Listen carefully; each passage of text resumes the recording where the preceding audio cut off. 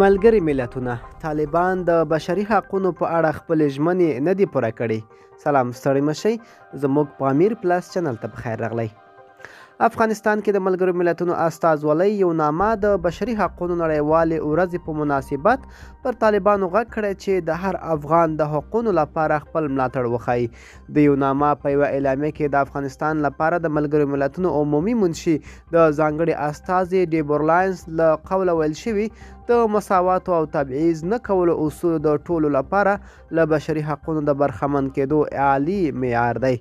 اغلې لاینز ویلي، موږ له طالبانو غواړو چې همدا اصول په افغانستان کې په ورځني واقعیت بدل کړي.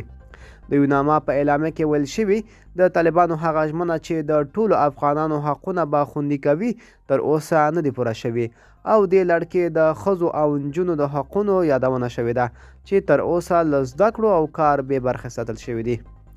د یو نامه په ریپورټ کې دغه راز د وروستیو میاشتو کې د مخکینیو افغان امنیتي ځواکونو اړوند کسانو د وژنو جبري لادرکه کولو او دغه راز د مدني فعالانو، لیکیو او رسنیو کارکوونکو خلاف د زور زیاتۍ د ریپورټونو یادونه شوې ده.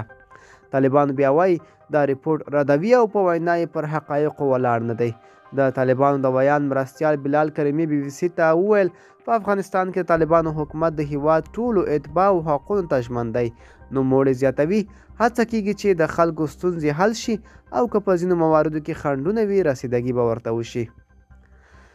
ملګرو، دا به زموږ چمتو شوي ویډیو د لا ښکلو ویډیوګانو لپاره زموږ پامیر پلس چینل سره اوسئ. تر بلې ویډیو ښه وخت ولرئ.